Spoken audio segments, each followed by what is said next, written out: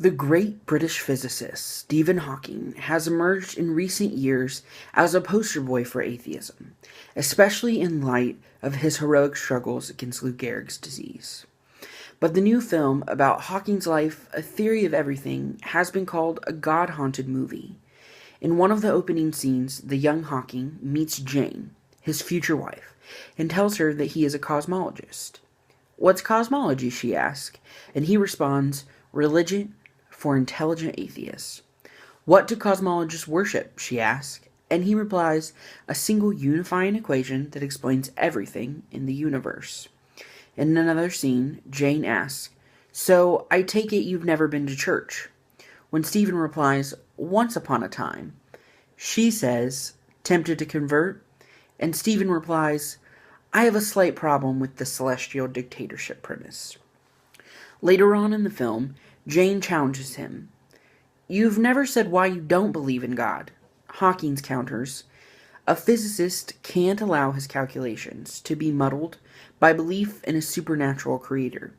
To which she responds, "Sounds less of an argument against God than against physicists." In one of her two published memoirs, the real Jane Hawkins argued, "However far-reaching our intellectual achievements, without faith in God, there is only isolation and despair, and the human race is a lost cause." Today, I want to talk about another man who seemed to have all the answers, but still doubted, even though he walked on water. You guys have probably guessed by now, we're talking about Peter. Peter was one of the main disciples of Christ, one of the 12 that got to be with Jesus at all times, including Passover. This is the fisherman that Jesus came and said, "Stop and follow me." The brother of Andrew and friend to James and John, he was a cornerstone to the disciples themselves. His name Peter, or Cephas, translated from the Greek, even means rock, a name chosen by Christ. The rock that the house was built on. In other terms, he was the man that first preached the gospel after Jesus' ascension. He was one of the few that led at the beginning stages of the Church of Jerusalem. A man this important hardly needs introduction, but I list all these things to say, how crazy is it that he still had doubts? He dwelled in the glory of the Son of God, and yet he doubted. He dined with the Master, and yet he doubted. He got to call Christ his mentor and friend, and yet he still had doubts. What's worse than this is that he denied Christ 3 times. However, he was not the first man of inadequacy that God used to change the world. Today, I want to focus on one story of doubt.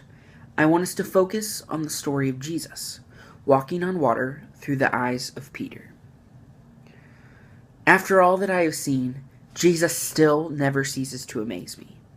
I just witnessed him feed 5,000 men from 2 measly fish and 5 loaves of bread. Not only did he, through the power of his Father, multiply the food to feed the masses, but his blessings were so abundant that 12 baskets of food remained.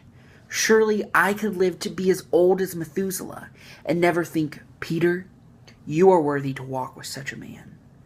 Not a moment that I was done with my thought, Jesus was ready for us to move. He told us to go out into the waters toward Gennesaret, and he would meet us on the other side of the mount, once he had spent time with his Father in prayer.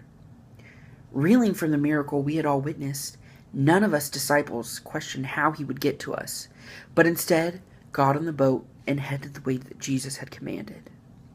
We had been sailing for a while, and the sun had set and a storm began to stir up the waters. We battled the storm for what seemed like hours, and we began to worry. We were miles out from land, and still there was no sight of Jesus. The wind was great, and the waves were even greater.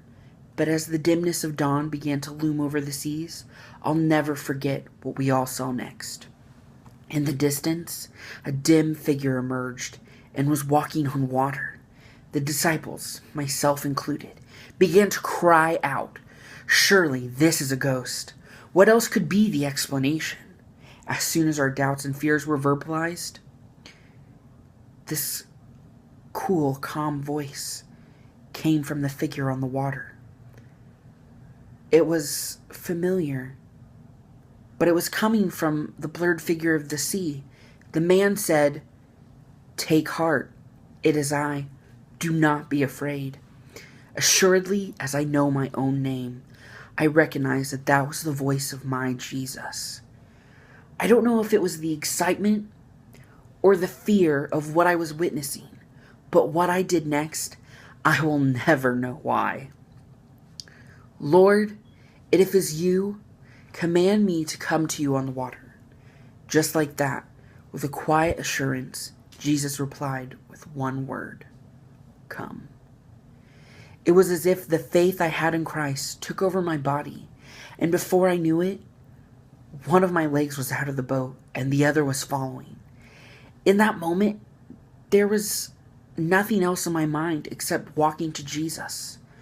Upon the water, it was like a newborn infant's first steps taken towards the person that cares for them, the person that loves them unconditionally. In that moment, my perspective had changed. The water was the only thing separating me from Christ.